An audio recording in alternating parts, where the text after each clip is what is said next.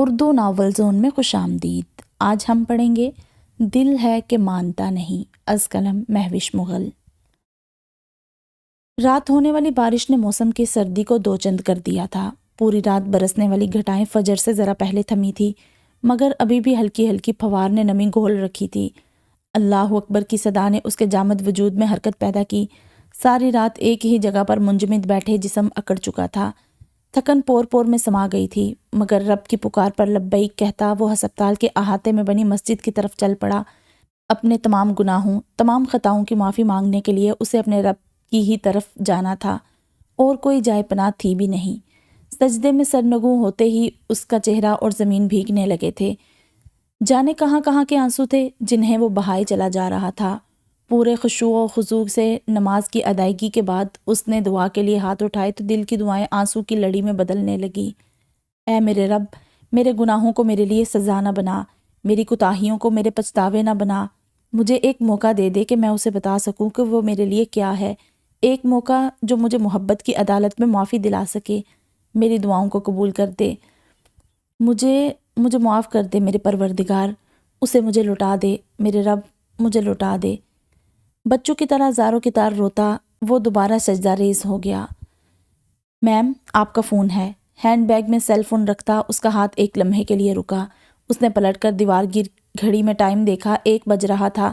بہت تسلی سے اس نے اپنے بیگ میں اپنی باقی اشیاء کی موجودگی کا یقین کیا، پھر آہستہ آہستہ چلتی فون سٹینڈ کے پاس آئی، جہاں کھڑی ملازمہ روز دہرائی جانے والی بات کے انتظار میں تھی۔ کہہ دو کہ میں گھر پہ نہیں ہوں۔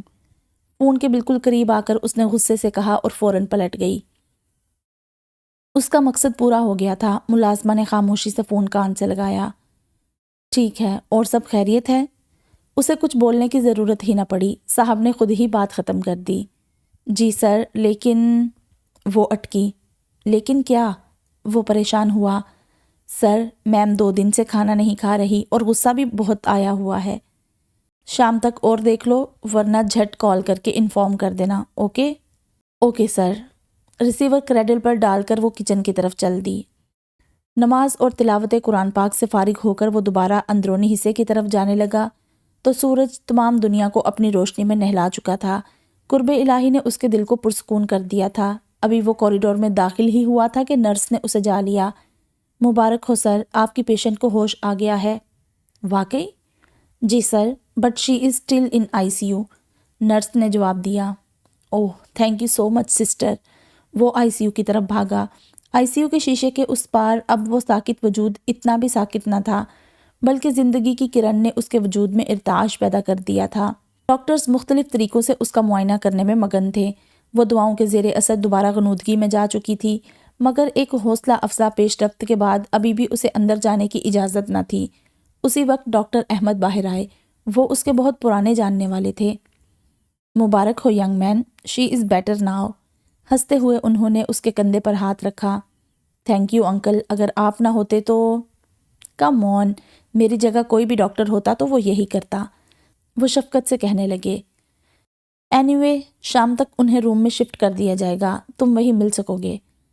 بہتر ہے ابھی کچھ دیر آرام کر لو۔ وہ متفکر تھے۔ کل سے اسی حالت میں دیکھ رہا ہوں تمہیں۔ Okay uncle, but thanks again. وہ مسکرا دیا۔ Take care. اس کا شانہ تھپکتے وہ مصنوعی خفگی سے گھورے۔ 4 کنال پر محیط یہ وسیع و عریض حویلی آج پھر ماتم کدا تھی۔ صبح سے ہی لوگوں کا تانتا بندہ تھا۔ 21 سال پہلے اس حویلی پر جو قیامت گزری تھی، وہ داستان آج بھی گاؤں کے لوگوں کو ازبر تھی۔ رات کے اندھیرے میں پولیس سے بھاگتے ڈاکوؤں نے اس حویلی میں پناہ لی اور موقع اچھا جان کر نہ صرف حویلی کے مال پر ہاتھ صاف کیا، بلکہ 3 جوان ناشے بھی چھوڑ گئے۔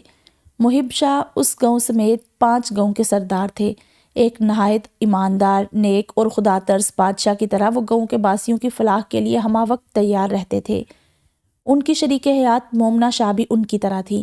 اپنے دونوں بیٹوں سکندر شاہ اور عالم شاہ کو بھی انہوں نے ہمیشہ یہی سکھایا۔ لیکن قسمت کی ستم ظریفی کہ کوئی بھی ماں باپ جیسا نہ بن سکا۔ محب شاہ کے وفات پاتے ہی دونوں بھائیوں کے درمیان جائیداد کا بٹوارا ہو گیا۔ سکندر شاہ بڑے بیٹے ہونے کی وجہ سے سردار بنے۔ ان کی بیگم مومنہ بیگم کی سگی بھانجی تھی، پیار کرنے والی اور ملنسار۔ سکندر شاہ جیسے ظالم اور اکھڑ انسان کے ساتھ گزارا کرنا انہی کا صبر تھا، مگر اذلان کی پیدائش کے بعد سکندر شاہ انہیں تھوڑی بہت اہمیت دینے پر مجبور ہو گئے۔ دوسری طرف عالم شاہ بھی غصے کے تیز، انتہائی جذباتی آدمی تھے، لیکن چونکہ مریم ان کی منچاہی بیوی تھی سو اچھی گزر رہی تھی، مگر ان کے ساتھ ایک دوسرا ہی معاملہ تھا، شک۔ انہیں دنیا کی ہر عورت مشکوک لگتی تھی، پھر بیوی تو کیا مانی، اور پھر بیوی بھی وہ جسے پہلے ان کے بڑے بھائی بیاہنا چاہتے تھے، مگر رقیہ بیگم کروڑوں کی جائیداد کی تنہا وارث تھی، سو انہوں نے مریم کے لیے اپنی پسندیدگی کو دل میں چھپا کر رقیہ کو چن لیا، مگر عالم شاہ کے لیے اپنی محبت پہلے تھی۔ عالم اور مریم کی بیٹی نور العین صرف 3 ماہ کی تھی جب ایک رات وہ سانحہ ہوا۔ مومنہ بیگم اور رقیہ اذلان اور نور العین کو دم کرانے قریبی گاؤں گئی تھی، اور جب واپس آئی تو سب ختم ہو چکا تھا۔ آج اس قیامت کو گزرے 21 سال ہو چکے تھے۔ اس واقعے کے صرف 2 سال بعد ہی رقیہ بیگم بھی انتقال کر گئی، تو اذلان اور نور العین کی ذمہ داری تنہا مومنہ بیگم کو سنبھالنی پڑی۔ حویلی میں بڑے پیمانے پر قرآن خوانی کا انتظام کیا گیا تھا۔ آس پاس کے گاؤں کے وڈیرے، ان کے اہل خانہ، گاؤں کے رہائشی سب ہی جمع تھے۔ بی جان، آپ کو چھوٹے سائی نے بلایا ہے وہاں۔ اصغری بوا اس گھر کی پرانی خادمہ تھی اور بی جان کے نہایت قریب تھی۔ دعا ہو گئی ہے کیا؟ تسبیح کے دانے گراتے ہوئے بی جان نے پوچھا۔ جی، اسی لیے آپ کو بلایا ہے کہ آپ آئیں تو لنگر تقسیم ہو، وہ مؤدب سی کہنے لگی۔ ٹھیک ہے، تم یہیں رہنا، اور یہ نور کہاں ہے؟ آپ کو پتہ ہے اس وقت وہ کہاں ہوتی ہیں؟ اصغری بوا افسوس سے کہنے لگی۔ بی جان آنکھوں کے گوشے صاف کرتے ہوئے اٹھ گئی۔ مسز افریدی، یہ میری فرینڈ ہے اینا، اور اینا یہ مسز افریدی ہیں جن کے بارے میں نے تم سے ذکر کیا تھا۔ سعدیہ نے اس کا تعارف کروایا۔ وہ آج کل اپنا بوتیک کھولنے کے بارے میں سوچ رہی تھی، مگر اس کے پاس سرمایہ تھا، تجربہ نہیں۔ مسز افریدی اپنا بوتیک چلاتی تھی اور اس کے ساتھ پارٹنرشپ کرنے کو تیار تھی۔ تو آپ اینا ہیں؟ وہ کافی متاثر لگ رہی تھی۔ کیا ایکٹیویٹیز ہیں آپ کی؟ کچھ خاص نہیں، ہاؤس وائف سمجھ لیں۔ ارے نہیں، اچھی خاصی سوشل لڑکی ہے۔ دراصل اس کے ہسبینڈ ابراڈ ہوتے ہیں، اس لیے یہ کوئی بزنس پلان کر رہی ہے۔ سعدیہ کو اس کا ہاؤس وائف کہنا ایک آنکھ نہ بھایا۔ پھر تو فرصت ہی فرصت ہوتی ہوگی، مسز افریدی نے مذاقاً کہا۔ اسی لمحے اس کے سیل فون کی بپ ہوئی۔ گھر کا نمبر دیکھ کر اسے حیرت نہیں ہوئی تھی، وہ ایکسکیوز کرتی سائٹ پر آ گئی۔ ہیلو میم، آپ کب تک آ جائیں گی؟ وہ سر آپ کو کال، اپنے سر سے کہو میری فکر کرنا چھوڑ دیں، اور اب بار بار کال کر کے مجھے ڈسٹرب نہ کرنا، انڈرسٹینڈ؟ میم وہ، مگر اس نے کال کاٹ دی۔ انکار جیسی لذت اقرار میں کہاں ہے، بڑھتا ہے عشق غالب ان کی نہیں سے۔ وہ نہیں جانتی تھی کہ اسے اذلان شاہ سے محبت کب ہوئی تھی، بس ایک سفر مسلسل تھا جو اس کے بچپن سے شروع ہوا، لڑکپن میں پھلنے لگا، اور جوانی کی دہلیز پر کھڑی وہ پور پور اس کی محبت میں بھیگ چکی تھی۔ اس بھری دنیا میں بی جان کے بعد اس کا واحد خونی رشتہ وہی تو تھا جسے دیکھ کر اسے اپنے ہونے کا یقین ملتا تھا، جسے سامنے نہ پا کر اس کی سانسیں رکنے لگتی تھی۔ وہ جانتی تھی کہ محبت کا یہ سفر وہ تنہا طے کر رہی ہے، وہ اس کا شریک نہیں ہے، بلکہ ایک محبت کے سفر میں ہی کیا، زندگی کے کسی بھی راہ پر وہ اس کے ساتھ نہ تھا۔ اسے یاد نہ تھا کہ اذلان نے اسے کبھی خود سے مخاطب کیا ہو، بلکہ اگر وہ ایسا کر لیتی تو اس کا لہجہ اتنا سرد ہوتا کہ وہ آئندہ کئی مہینے اس سے کلام نہ کر پاتی۔ اول تو ملاقات ہی شاذ و نادر ہوتی، دونوں ہی چھوٹی عمر سے بورڈنگ سکول رہے تھے۔ بی جان کو یہی آسان لگا تھا، اور اگر آمنا سامنا ہوتا بھی تو بات کرنا تو دور، وہ اس کی طرف دیکھتا بھی نہ تھا۔ وہ جس کی صورت کے بارے میں بی جان کہتی تھی کہ نور کو دیکھتے ہوئے ایسا لگتا ہے جیسے کسی پاکیزہ حالے کو دیکھ رہے ہوں، اس کی بیسٹ فرینڈ کا کہنا تھا کہ اگر نور مقابلہ حسن میں چلی جائے تو کوئی اس کے مقابل نہ ٹھہر سکے گا۔ ایسے حسن کی چکا چوند بھی اس پتھر کو نہ پگھلا سکی تھی۔ وہ جتنا اس سے دور بھاگتا، محبت اتنا ہی اسے اذلان کے قریب دھکیلتی۔ وہ کم گو تھا، لیے دیے رہنے والا تھا، اس کی دوستیاں بہت زیادہ نہ تھیں، مگر پھر بھی نور نے اسے اکثر ہنستے دیکھا تھا، مگر جیسے ہی وہ سامنے آتی اس کے لب بھینچ جاتے، چہرے پر نرمی کی جگہ سختی آ جاتی، اور وہ اس کی موجودگی سے یکسر انجان بن جاتا۔ ایسے میں ماں کی کمی اسے شدت سے محسوس ہونے لگتی۔ ماں کی تصویر گود میں رکھے وہ خاموشی سے بس اس پر اپنی انگلیاں پھیر رہی تھی، اور اس کا دکھ قطرہ قطرہ تصور پر بکھر رہا تھا۔ میں کیا کروں مما، کس سے کہوں؟ بی جان کو بتانا انہیں پریشان کرنے کے برابر ہے۔ وہ میری خواہش پوری نہیں کر سکیں گی تو ان کا دکھ بڑھ جائے گا۔ وہ آج تک اپنی اولاد کا غم نہیں بھولی۔ سسک سسک کر روتے ہوئے وہ ایک ٹوٹی بکھری مورت لگ رہی تھی۔ مومنہ بیگم سمجھ نہ سکی کہ وہ کس بات پر شکوہ کناہ ہے۔ اندر جانے کا ارادہ ملتوی کر کے انہوں نے ملازمہ کو ٹرالی وہیں چھوڑ کر جانے کا اشارہ کیا۔ اس کے آنسوؤں میں روانی آ چکی تھی۔ مومنہ بیگم یقین اور بے یقینی کے درمیان معلق تھی۔ اپنا چہرہ مریم کی تصویر پر ٹکا کر وہ سسک رہی تھی۔ بنا آہٹ کیے وہ اس کے برابر آ کر رک گئی۔ وہ چونکی۔ لگتا ہے میں اپنی بیٹی کو اتنا پیار نہیں دے سکی جتنا عالم اور مریم دیتے۔ 1 سیکنڈ لگا تھا اسے سنبھلنے میں، جلدی جلدی سے آنسو پونجے۔ نہیں بی جان، آپ نے تو ان سے زیادہ پیار دیا ہے۔ تو پھر یہ آنسو؟ کچھ نہیں بی جان، بس ویسے ہی، میں آ رہی تھی، چلے میں یہی کھانا لے آتی ہوں۔ وہ گڑبڑائی۔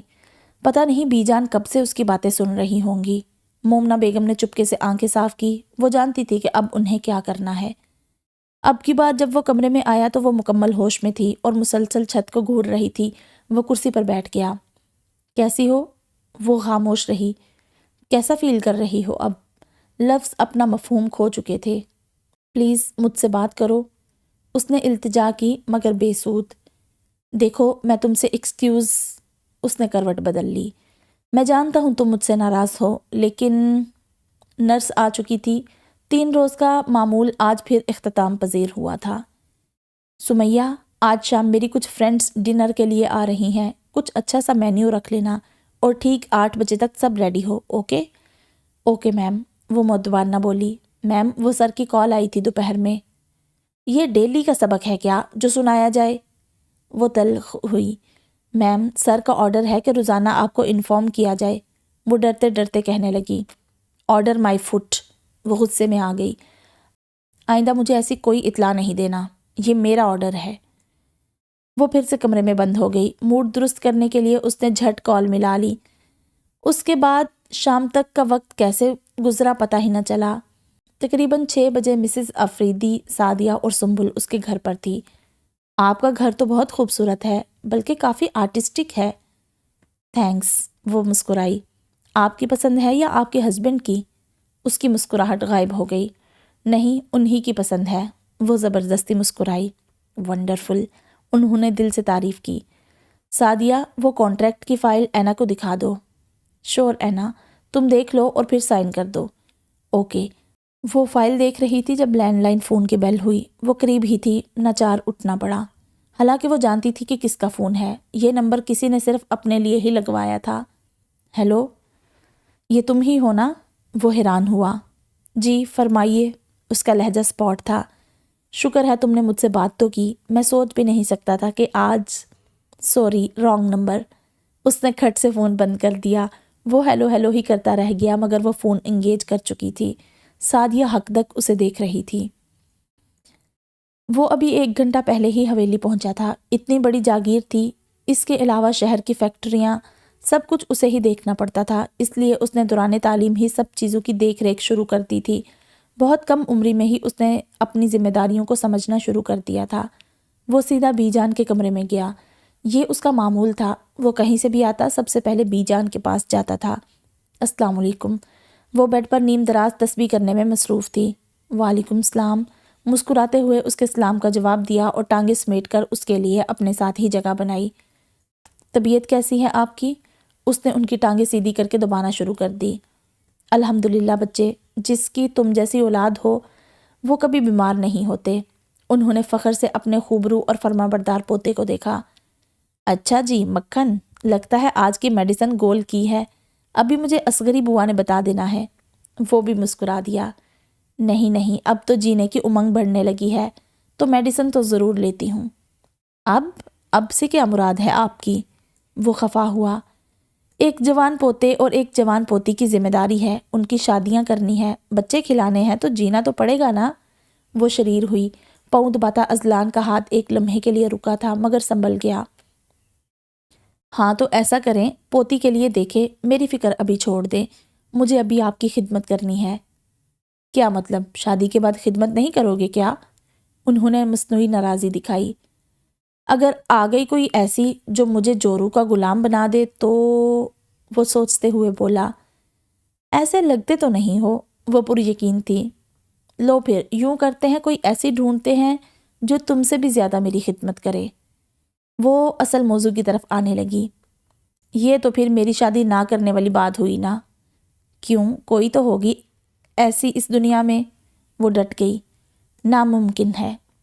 اگر میں ممکن کر دکھاؤں تو؟ انہوں نے چیلنج کیا۔ تو میں انکار نہیں کروں گا۔ اس نے قبول کر لیا۔ وعدہ؟ پکا۔ تو پھر اب میں ایسی لڑکی ڈھونڈ کر ہی دم لوں گی۔ سوچ ہے آپ کی۔ وہ چڑھانے لگا مگر وہ مسکرا دی۔ رات سے بی جان کی طبیعت خراب تھی اور وہ ایک ٹانگ پر کھڑی تھی۔ اذلان 2 دن سے شہر گیا ہوا تھا۔ وہاں فیکٹری میں کچھ مسئلہ تھا، سو بی جان نے اسے سختی سے اذلان کو بتانے سے منع کر دیا تھا۔ پوری رات وہ ان کے سرہانے سے لگی رہی۔ جیسے ہی ان کی طبیعت کچھ بہتر ہوئی تو اس نے فوراً اذلان کو فون کیا۔ وہ منع ہی کرتی رہ گئی۔ ہیلو، اس کی مصروف سی آواز سنائی دی۔ ہیلو، میں نور بات کر رہی ہوں۔ وہ زندگی میں پہلی بار اسے فون کر رہی تھی۔ ہاں بولو، کیا مسئلہ ہے؟ وہ بھی شاید اس کی توقع نہیں کر رہا تھا۔ وہ بی جان، کیا ہوا ہے بی جان کو؟ وہ پریشان ہوا۔ نہیں، اب وہ ٹھیک ہے، مگر رات میں ان کا بلڈ پریشر بہت ہائی ہو گیا تھا۔ یہ تم مجھے اب بتا رہی ہو؟ پہنچ رہا ہوں میں ابھی۔ کھٹاک سے فون بند ہو گیا تھا۔ ننا سا موتی اس کی پلکوں پر ٹھہر گیا۔ ریسیور کریڈل پر رکھ کر وہ دوبارہ ان کے پاس آ گئی۔ آ رہے ہیں، میں ذرا آپ کے لیے کچھ بنا لوں۔ نظریں چراتی وہ کچن کی طرف چل دی۔ کیا مجھے آپ سے ہمیشہ ذلت ہی ملے گی؟ محبت نہ صحیح، کم از کم عزت ہی دے دیا کرے۔ وہ خود سے ہی ہم کلام تھی۔ جب وہ حویلی پہنچا تو سپہر ہو چکی تھی۔ وہ سیدھا بی جان کے کمرے میں گیا۔ وہ سو رہی تھی۔ وہ ان کے ساتھ بیڈ پر ہی بیٹھ گیا۔ ابھی وہ ان کے ساتھ دراز ہونے کا سوچ ہی رہا تھا جب اس کی نظر بیڈ کے ساتھ نماز پڑھتی نور پر پڑی۔ ایک بار پھر اسے نور پر غصہ آ گیا۔ السلام علیکم۔ نماز پڑھ کر وہ مخاطب ہوئی۔ سر کی جنبش سے جواب دیا گیا۔ آپ کے لیے کھانا لگواؤں؟ نہیں، اور اب جاؤ، میں ہوں ان کے پاس۔ اس کی موجودگی اذلان کے لیے قابل قبول نہ تھی۔ لیکن کھانا؟ وہ فکر مند ہوئی۔ جانے کیوں اس شخص کے ہاتھوں اتنی مرتبہ ذلیل ہونے کے باوجود بھی وہ تھکتی نہ تھی۔ ایک بار کا کہا تمہاری سمجھ میں نہیں آتا؟ فون کی گھنٹی مستقل بج رہی تھی مگر وہ انسنی کرتی ٹی وی میں مگن رہی۔ سمیہ اپنے کمرے میں جا چکی تھی اور وہ جانتی تھی کہ پچھلے کچھ دنوں سے وہ اسے اسی وقت فون کر رہا تھا کہ وہ ریسیو کرے گی۔ وہ اس شخص کی سزا کا دورانیہ گھٹانے کے حق میں نہیں تھی۔ جو وہ سوچ چکی تھی اور جو اسے سمجھایا گیا تھا اسے اس پر ہی عمل پیرا رہنا تھا، مگر آج جانے کیوں فون کی ہر گھنٹی اس کے دل میں پیوست ہو رہی تھی۔ وہ دماغ کی انگلی تھامے اپنے عہد پر کاربند رہنے کی کوشش کرنے لگی مگر دل جیت گیا۔ فون ریسیو ہو چکا تھا لیکن اس کی زبان سے ایک لفظ بھی ادا نہ ہوا۔ ہیلو؟ وہ بے قرار ہوا۔ ہیلو، پلیز مجھ سے بات کرو، اس نے التجا کی۔ میں جانتا ہوں کہ یہ تم ہی ہو، تم بھی میری طرح اذیت میں ہو، پلیز پلیز ایک بار، بس ایک بار لوٹ آؤ۔ کریڈل پر رکھی اس کی انگلی اس کے لفظوں کا گلا گھونٹ گئی۔ ایک ننھا سا قطرہ اس کے گال پر پھیلا اور خود بخود جذب ہو گیا۔ اذلان جب ان کے کمرے میں آیا تو وہ نماز سے فارغ ہو کر اپنے بیڈ پر لیٹ رہی تھی۔ انہوں نے ابھی اسے مردانے سے بلایا تھا اور وہ فوراً حاضر ہو گیا۔ ان کا بلاوا ہمیشہ اس کے لیے پہلی ترجیح رہا تھا۔ ارے میں نے اصغری سے کہلوایا تھا کہ فارغ ہو کر آ جانا۔ وہ نہال ہو گئی۔ آپ بلائیں اور میں فارغ ہونے کا انتظار کروں؟ امپاسبل۔ امپاسبل تو تم نے اور بھی ایک کام کو کہا تھا مگر میں نے وہ کر دکھایا۔ وہ پر اصرار ہوئی۔ کیا کام؟ اسے یاد نہ آیا۔ یہی کہ میں اپنے لیے ایسی بہو ڈھونڈوں جو تم سے زیادہ میرا خیال رکھے، میری خدمت کرے۔ تو کیا ڈھونڈ لی آپ نے؟ وہ سراپا حیرت تھا۔ ہاں بالکل، اور وہ تم سے صرف زیادہ نہیں بلکہ بہت زیادہ خیال رکھے گی میرا۔ وہ پرجوش تھی۔ یہ آپ کیسے کہہ سکتی ہیں کہ وہ؟ میری چھوڑو، بس اب اپنا وعدہ پورا کرو، اسی لیے تمہیں بلوایا ہے۔ وعدہ؟ یہی کہ تم انکار نہیں کرو گے۔ پر بی جان پتہ تو چلے ہے کون؟ وہ ابھی تک حیران تھا۔ ہاں ہے نا تمہاری طرف سے؟ وہ سوال ٹال گئی۔ بی جان، آپ نے نور کے لیے کوئی لڑکا دیکھا ہے؟ اس کی چھٹی حس الام دینے لگی۔ ضرورت ہی نہیں پڑی۔ وہ بھی غالباً اس چھپن چھپائی سے محظوظ ہو رہی تھی۔ مطلب صاف ہے، میں نے تمہارے لیے نور کو اور نور کے لیے تمہیں پسند کیا ہے۔ اس کے بدترین خدشات کی تصدیق ہو گئی۔ اسے لگا پوری حویلی اس کے اوپر آ گری ہو۔ کیوں بچے، کیسی لگی میری پسند؟ اب وہ فاتحانہ اسے دیکھ رہی تھی۔ وہ ایک لفظ بھی نہ بول سکا۔ بی جان، کیا یہ آپ کی محض سوچ ہے یا خواہش؟ وہ فوراً انہیں انکار نہیں کر سکتا تھا، مگر سوچ کو بدلا جا سکتا تھا اور خواہش کے معاملے میں اسے خود کو بدلنا پڑتا۔ یہ کیسا سوال ہے اذلان؟ میرا مطلب ہے اس کے علاوہ کوئی اور حل؟ وہ سنبھلا۔ کیوں، تمہیں نور پسند نہیں ہے؟ میرا یہ مطلب نہیں ہے، مگر میرے اور اس کے درمیان انڈرسٹینڈنگ نہیں ہے، جو انڈرسٹینڈنگ کرنے سے ہوتی ہے۔ مگر پھر بھی اگر تمہیں اعتراض ہے تو میں اپنی خواہش دبا سکتی ہوں، ہزار چند کہ اسے بھلا نہیں سکتی۔ انہوں نے اسے جذباتی کرنے کی کوشش کی۔ تم نے ہمیشہ ہر حال میں میرے کہے کا مان رکھا ہے اذلان، یہ ایک آخری خواہش بھی پوری کر دو۔ نور کے معاملے میں تم سے زیادہ میں کسی پر اعتبار نہیں کر سکتی۔ میری نور بہت معصوم ہے، بہت سادہ، دنیا کی سختیوں سے ناواقف۔ میں ڈرتی ہوں کہ کہیں کوئی اور لوگ… مجھے کوئی اعتراض نہیں ہے بی جان۔ اسے خود کی آواز کہیں پاتال سے آتی محسوس ہوئی۔ ہاں، افسوس رہے گا کہ مجھ سے بات منوانے کے لیے آپ کو اتنی وضاحت دینا پڑی۔ نہیں اذلان، یہ تو تمہارا حق ہے بچے۔ انہوں نے اس کا چہرہ ہاتھوں میں لیا۔ بلکہ مجھے ہی تم پر اپنی خواہش مسلط نہیں کرنا چاہیے۔ اس کی اتنی فرما برداری انہیں سوچنے پر مجبور کر گئی۔ آپ کی کسی بھی خواہش کو پورا کرنا میرا فرض ہی نہیں بلکہ میری سب سے بڑی خوشی ہے بی جان۔ انہوں نے اس کی پیشانی چوم لی۔ محبت کے ہزاروں رنگ، لاکھوں روپ اور کروڑوں نام ہے، مگر یہ محبت کا کون سا روپ تھا؟ حیرت سی حیرت تھی۔ وہ تو سوچ بھی نہیں سکتی تھی کہ اس کی دعائیں اتنی جلدی مقبول ہو جائیں گی۔ ابھی کچھ دیر پہلے ہی بی جان نے اسے اس کی زندگی کی سب سے بڑی خوشخبری سنائی تھی۔ تو کیا وہ بھی مجھ سے محبت کرتے ہیں؟ اور اسی محبت کو چھپانے کے لیے اتنا روڈلی بیہیو کرتے تھے؟ جب ہی تو بی جان کو فوراً ہاں کر دی۔ مسکراہٹ اس کے چہرے سے جدا ہونے کا نام نہیں لے رہی تھی۔ تعلق، محبت، جذبے سب ہی اتنی شدت سے اظہار مانگتے ہیں جتنی شدت سے وہ کسی دوسرے کے لیے پیدا ہوتے ہیں۔ اگر انہیں ان کی طلب کے مطابق اظہار نہ دیا جائے تو سب ختم ہو جاتا ہے۔ وہ بھی اپنے اس انکہے تعلق کا اظہار چاہتی تھی، صاف اور واضح۔ آج مائیوں کی رسم ہو گئی تھی۔ اس نے بی جان سے ایسی کسی بھی رسم میں شرکت سے معذرت کر لی تھی۔ انہوں نے بھی زیادہ زور دینا مناسب نہ سمجھا۔ جب تک باہر نور کے مائیوں کی رسم ہوتی رہی وہ باہر نہ نکلا۔ تقریب کے اختتام کا اندازہ کرتے ہوئے وہ باہر نکلا، تب ہی اس کی نظریں جیسے ٹھہر گئی۔ زرد رنگ کے پاؤں تک آتے فراک اور سر پر دوپٹہ سیٹ کیے وہ اپنی دوستوں کے گھیرے میں بیٹھی تھی اور مسلسل مسکرا رہی تھی۔ ایک عجیب سے احساس نے اسے اپنے گھیرے میں لے لیا۔ وہ پلٹنا چاہتا تھا مگر پلٹ نہیں پا رہا تھا، نگاہیں ہٹانا چاہتا تھا مگر ہٹا نہیں پا رہا تھا۔ اچانک نور نے غیر ارادی طور پر اوپر دیکھا۔ وہ جو کافی دیر سے جانا چاہ رہا تھا اب لوٹنے میں ایک لمحہ لگایا تھا۔ جمعۃ المبارک خوشیوں کی بارات لے کر اترا تھا۔ ہر طرف ہلچل تھی، پھولوں سے سجی حویلی، ہنستے مسکراتے چہرے، ایک افراتفری کا عالم تھا۔ دور پرے کے سب رشتہ دار 2 دن پہلے ہی آ گئے تھے۔ نور کی دوستوں نے الگ ادم مچا رکھا تھا۔ جمعہ کی ادائیگی کے بعد نکاح ہوا۔ پوری حویلی مبارک سلامت کے شور سے گونج اٹھی، ہر چہرے پر خوشی رقصاں تھی۔ نکاح کے بعد اس کی دوستیں بی جان کی ہدایت کے مطابق کھانے کے بعد اسے سٹیج پر لے آئی۔ گہرے سرخ رنگ کے بھاری کامدار مدراسی لہنگے میں وہ اپسرا لگ رہی تھی۔ اذلان کے برابر بیٹھی وہ نروس تھی کہ اس کے ہاتھ پاؤں برف کی طرح ٹھنڈے تھے۔ بی جان تو اس کی بلائیں لیتی نہ تھک رہی تھی۔ دونوں کی کتنی بار ہی نظر اتار چکی تھی۔ دل ہی دل میں قرآنی آیات کا ورد کرتے ان پر پھونک رہی تھی۔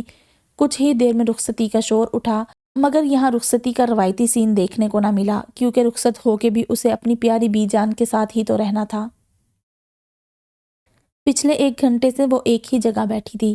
کمرے میں اتنا مہیب سناٹا تھا کہ گھڑی کی ٹک ٹک بخوبی سنائی دے رہی تھی، مگر اسے یہ سناٹا محسوس نہ ہو رہا تھا، بلکہ اس کے ارد گرد تو بلا کا شور تھا، نفرت کا، غصے کا اور اس کے لفظوں کا جو ابھی تک اس کے ارد گرد منڈلا رہے تھے، اس کا مذاق اڑا رہے تھے۔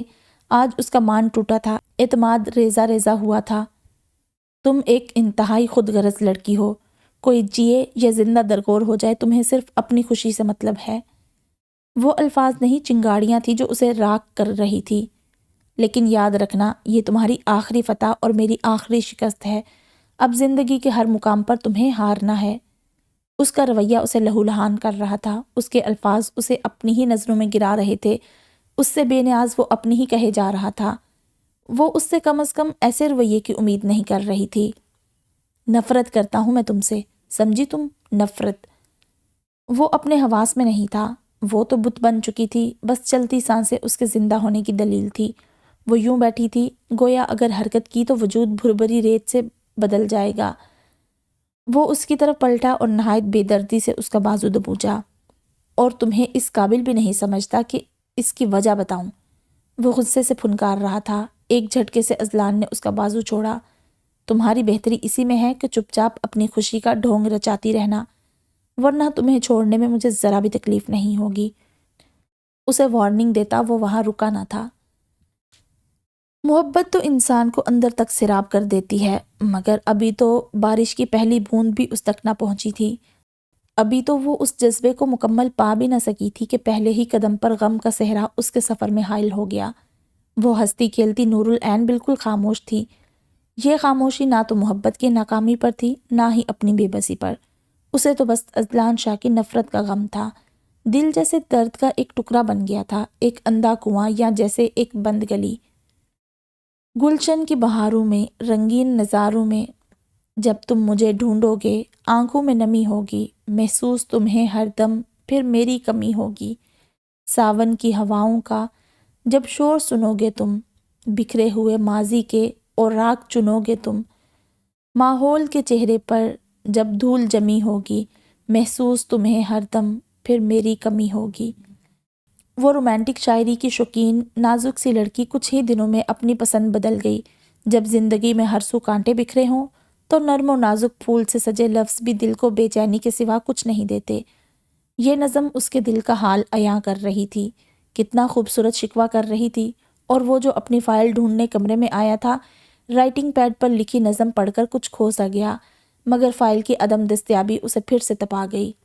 نور، نور، اس نے وہیں سے پکارا۔ وہ بوتل کے جن کی طرح حاضر ہوئی، اس کی ہر پکار پر وہ ایسے ہی بھاگی آتی تھی۔ میری بلو فائل رکھی تھی یہاں۔ اس کے غصے میں کمی نہ آئی۔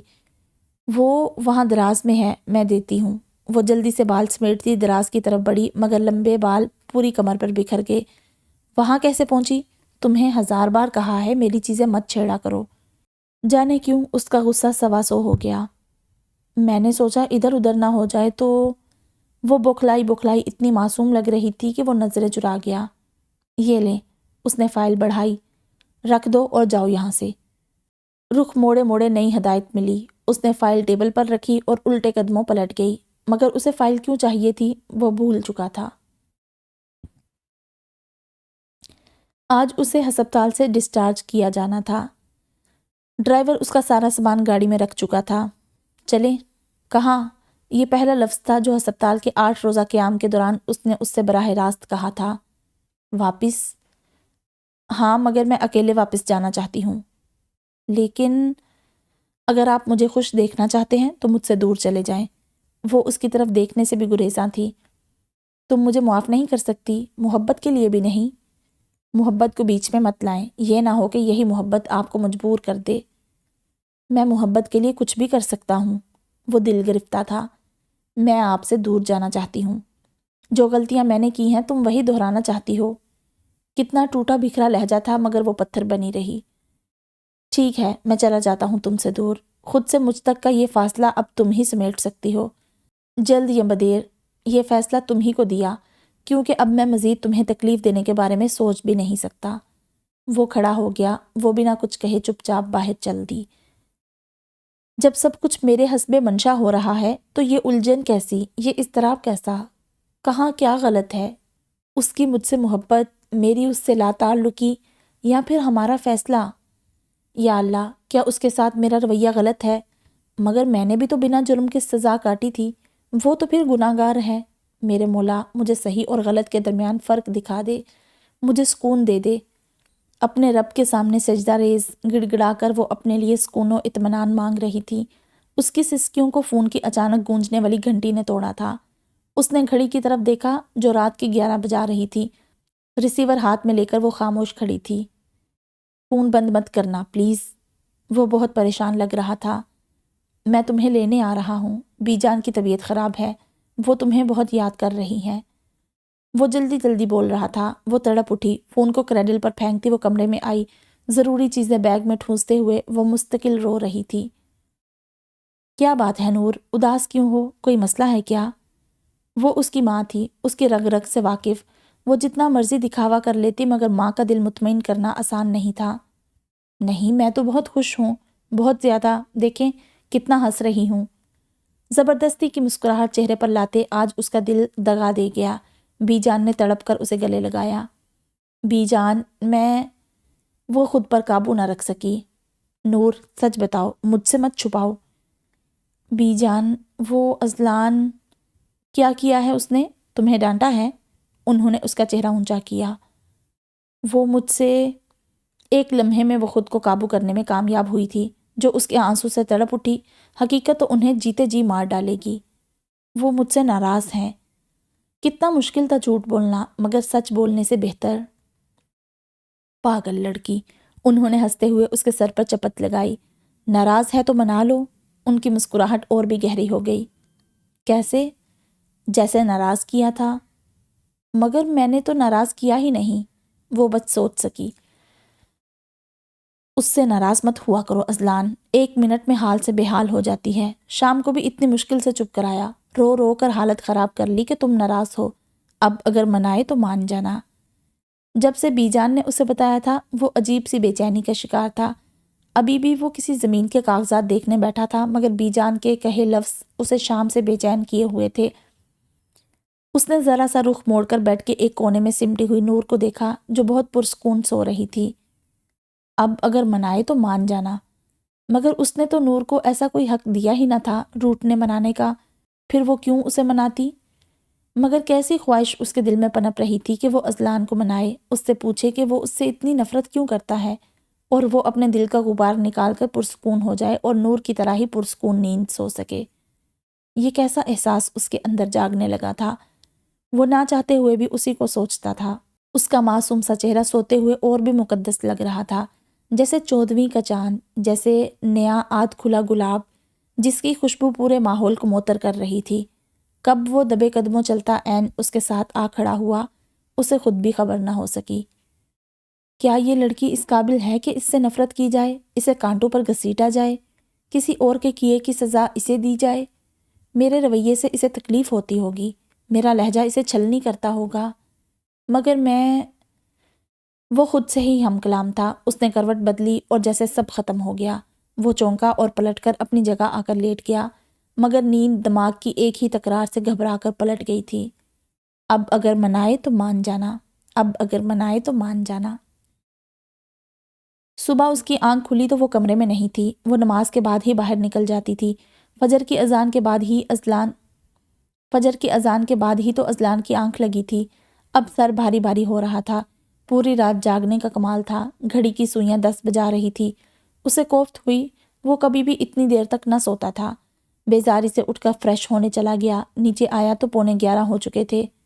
سوری بی جان، وہ دراصل نیند دیر سے آئی تو۔ بی جان کو دیر سے جاگنا نحوست لگتا تھا۔ وہ صفائی دینے لگا۔ ناشتہ لگوا دو نور، اذلان کے لیے۔ انہوں نے نور کو ہدایت دی۔ آئندہ کبھی اس سے ناراض مت ہونا۔ نور کے جاتے ہی وہ گویا ہوئی۔ جی۔ وہ حیران ہوا۔ ابھی بتایا ہے نور نے کہ تم ناراض نہیں ہو اب؟ جی۔ وہ گڑبڑایا۔ ناشتہ کر لیں۔ بی جان کے سامنے وہ دونوں ہی نارمل بات کرتے تھے۔ ہاں چلو۔ وہ فوراً اٹھ کھڑا ہوا اور ڈائننگ ہال میں آ گیا۔ وہ جانتا تھا کہ وہ ساتھ ضرور آئے گی۔ کھانا کھاتے ہوئے وہ ہمیشہ اس کے آس پاس رہا کرتی تھی کہ اسے کسی چیز کی ضرورت نہ پڑ جائے۔ آج بھی وہ وہیں تھی۔ اصغری بوا ٹیبل پر سبزیاں رکھے انہیں صاف کر رہی تھی۔ ناشتہ کر لیا تم نے؟ نور نے ایک جھٹکے سے سر اٹھایا۔ کیا اسے ہی مخاطب کیا گیا تھا یا کوئی وہم؟ ناشتہ کرو۔ اس بے نام سی خاموشی کو اذلان کی مدھم سرگوشی نے توڑا۔ آپ کر لیں، میں نے کہا ہے ناشتہ کرو۔ جی۔ وہ نروس تھی، اس کے سامنے والی کرسی پر بیٹھ گئی۔ وہ جب سے گھر آئی تھی خوف زدہ تھی، حالانکہ قصور اس کا نہیں تھا۔ آج شادی کے فنکشن میں جو کچھ ہوا اس میں اس کی خطا نہ ہوتے ہوئے بھی وہ خود کو قصوروار سمجھ رہی تھی۔ واپسی پر وہ ولید کی بہن کے ساتھ دلہا دلہن سے ملنے سٹیج پر گئی تھی۔ وہاں ولید کے سب کزنز موجود تھے۔ وہ کون تھا نہیں جانتی تھی، مگر وہ بنا ڈر و خوف کے اسے مسلسل گھورے چلا جا رہا تھا۔ وہ جلدی جلدی دلہن سے مل کر نیچے اترنے لگی تو وہ جان بوجھ کر اس سے ٹکرا گیا۔ وہ توازن برقرار نہ رکھ سکی اور لڑکھڑا کر اسی کا ہاتھ پکڑ کر خود کو گرنے سے بچایا۔ ارے سنبھل کر، اتنی نازک سی تو ہیں آپ۔ وہ ابھی بھی اس کا ہاتھ پکڑ کر کھڑا تھا۔ سبھی متوجہ ہو گئے، وہ بھی جس کا اسے سب سے زیادہ ڈر تھا۔ ہاتھ چھوڑے میرا، وہ تلخی سے بولی۔ چھوڑ دیتے ہیں، ہم نے کون سا ساری عمر کے لیے پکڑا ہے، وہ مسکراتے ہوئے بولا۔ Shut up. اذلان کو اپنے سر پر کھڑا دیکھ کر اس کی رہی سہی جان بھی نکل گئی۔ آپ کو کیوں اتنا غصہ آ گیا؟ بہت ہی ڈھیٹ انسان تھا۔ بیوی ہے میری، اور پلیز اذلان چلیں۔ نور نے ڈرتے ڈرتے اس کا بازو تھاما۔ اذلان نے مضبوطی سے اس کا ہاتھ تھاما اور اسے گھورتا ہوا ولید سے ملے بغیر وہاں سے آ گیا۔ پورا راستہ خاموشی سے کٹا۔ واپس آ کر وہ ہمیشہ کی طرح بی جان کے کمرے میں چلا گیا۔ واپس اپنے کمرے میں آیا تو اس کی دبی دبی سسکیاں اذلان کو متوجہ کر گئی۔ کیوں رو رہی ہو؟ وہ اس کے سر پر کھڑا پوچھ رہا تھا۔ مجھے نہیں پتا وہ کون تھا، لفظ ٹوٹ ٹوٹ کر ادا ہوئے۔ تو میں نے کب کہا کہ تم اسے جانتی ہو؟ وہ حیران تھا۔ آپ مجھ سے ناراض ہیں؟ رونے میں کچھ کمی آئی۔ فار گاڈ سیک نور، میرا دماغ خراب مت کرو، وہ گرجا۔ اس سے ناراض مت ہوا کرو اذلان، 1 منٹ میں حال سے بے حال ہو جاتی ہے۔ اس کی حالت غالباً اسے پہلی بار نظر آئی تھی۔ میرا اور تمہارا جو بھی اختلاف ہے، مگر میں تمہارے کردار پر شک کرتا ہوں، ایسا کبھی سوچنا بھی مت، اور اب رونا بند کرو۔ اس کے آنسو اذلان کو تکلیف دے رہے تھے۔ وہ پلٹ کر اپنے بیڈ پر لیٹ گیا۔ دل اور دماغ کی جنگ بھی بڑی عجیب ہوتی ہے۔ دل اپنی کہتا ہے اور دماغ اپنا راگ الاپتا ہے۔ دونوں ہی ایک دوسرے کی سننے سے گریزاں رہتے ہیں۔ کتنے برس سے وہ دل و دماغ کی اس جنگ میں مبتلا تھا۔ اس نے بڑے فخر سے ہمیشہ دماغ کی فتح کو یقینی بنانے کے لیے دل کی خواہشوں کا گلا گھونٹا تھا، شاید اسی لیے مطمئن نہ تھا۔ اس کا دل نور سے اس وقت سے محبت کرتا تھا جب سے اس نے لفظ محبت کو جانا تھا۔ اس کے لیے محبت کا دوسرا نام نور العین شاہ تھی۔ وہ اس سے 5 سال بڑا تھا، مگر عمروں کا یہ فرق بھی ان دونوں کے لیے ایک تحفہ تھا۔ وہ اس ننھی سی پری کا ایسے خیال رکھتا تھا جیسے وہ اس سے 15 سال بڑا ہو۔ اسے آج بھی یاد تھا کہ ایک بار بی جان نے اس سے کہا تھا، اذلان کی چاند سی دلہن لاؤں گی، بالکل پریوں جیسی، اور وہ برجستہ بولا تھا، پر بی جان، نور تو پریوں سے بھی زیادہ پیاری ہے۔ کتنی ہی دیر بی جان مسکراتی رہی تھی، پھر اچانک سب بدل گیا۔ وہ ننھی سی پری اس کی محبت کی عادی ہو گئی ہے، یہ جانتے ہوئے بھی وہ اس سے دور بھاگنے لگا۔ وہ روتی بلکتی سسکتی، مگر اس چہرے کے پیچھے اذلان کو ایک ہی چہرہ نظر آتا، ایک ہی تصویر ابھرتی، اور وہ تصویر تھی ایک قاتل کی، جس نے قتل کیا اور خودکشی کر لی۔ نور کی بیسٹ فرینڈ کی سالگرہ تھی اور بی جان نے صاف کہہ دیا تھا، اب اذلان سے پوچھا کرو کہیں بھی جانا ہو، میری ذمہ داری نہیں رہی۔ مگر بی جان، اب تو میں تیار ہو گئی ہوں، اگر انہوں نے منع کر دیا؟ وہ پریشان ہو گئی۔ تو بچے اس سے پہلے پوچھ لینا تھا نا، اور وہ منع کیوں کرے گا؟ بلکہ ہو سکتا ہے وہ خود ہی چھوڑ آئے۔ وہ پھر سے تسبیح میں مگن ہو گئی۔ کتنی ہمت جمع کر کے وہ یہاں تک آئی تھی، اور اب اس کے بالکل سامنے جیسے ہمت جواب دینے لگی تھی۔ ایک ہاتھ دونوں آنکھوں کے اوپر رکھے اور دوسرا سر کے نیچے رکھے، وہ بیڈ پر سیدھا لیٹا تھا۔ پاؤں مسلسل ہل رہے تھے، یعنی وہ جاگ رہا تھا۔ آپ جاگ رہے ہیں؟ پاؤں رک گیا، مگر آنکھوں پر ہنوز بازو تھا۔ مجھے سعدی کے گھر جانا تھا، چلی جاؤں؟ خاموشی برقرار رہی۔ وہ قریب چلی گئی۔ اس نے آنکھوں سے بازو ہٹایا، مگر منظر دھندلا گیا۔ میں سعدی کی طرف جاؤں؟ اس نے جھجکتے ہوئے پوچھا۔ 1000 دفعہ منع کیا ہے، مجھے اپنی شکل نہ دکھایا کرو۔ جانے کون سے جذبے کو وہ غصے کے پردے میں چھپا رہا تھا۔ نور کی آنکھیں حیرت سے پھٹنے لگی۔ دور ہو جاؤ میری نظروں سے، آؤٹ۔ وہ منہ پر ہاتھ رکھ کر بھاگی تو بی جان سے ٹکرا گئی۔ وہ اس کی سفارش ہی تو کرنے آ رہی تھی۔ نور، نور، وہ پکارتی رہ گئی، مگر وہ انسنی کرتی بھاگ گئی۔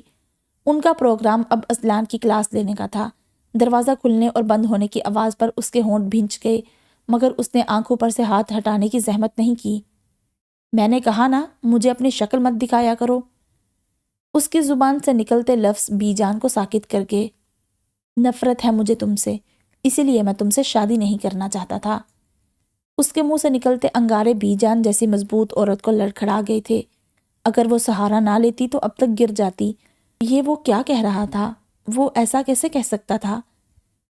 او میرے خدا، یہ سب کیا ہے؟ ان کا سر گھوم رہا تھا، اور وہ جو سمجھ رہا تھا کہ وہ ابھی تک اس کی ڈانٹ سننے کے لیے کھڑی ہے، آنکھوں پر سے بازو ہٹائے تو برف کی سل بن گیا۔ وہ اسے اتنی بے یقینی سے دیکھ رہی تھی جیسے انہیں اس کے اذلان ہونے پر شبہ ہو۔ کیوں نفرت کرتے ہو تم اس معصوم سے؟ ان کے ہاتھ پاؤں ٹھنڈے ہو رہے تھے، وہ سراپا حیرت تھی۔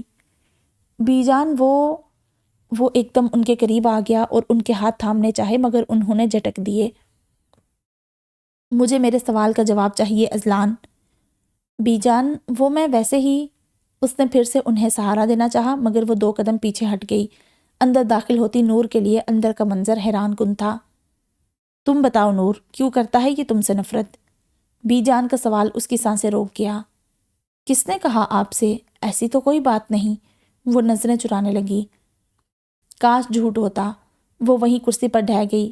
کئی منظر آنکھوں کے سامنے لہرائے جس میں نور کے آنسو، اس کی اداسیاں رقصاں تھیں۔